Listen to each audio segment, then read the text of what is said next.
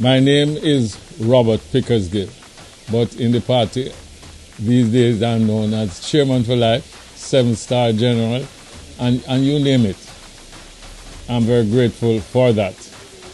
I'm grateful to my party as well for the government has awarded me with the Order of Jamaica.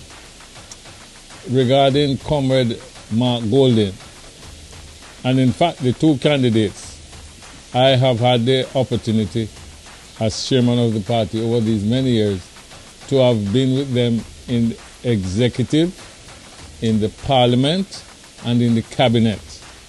I have absolutely no doubt that in terms of the president or the presidency of our party, it should be Mark Golding. On November 7th, go with Golding.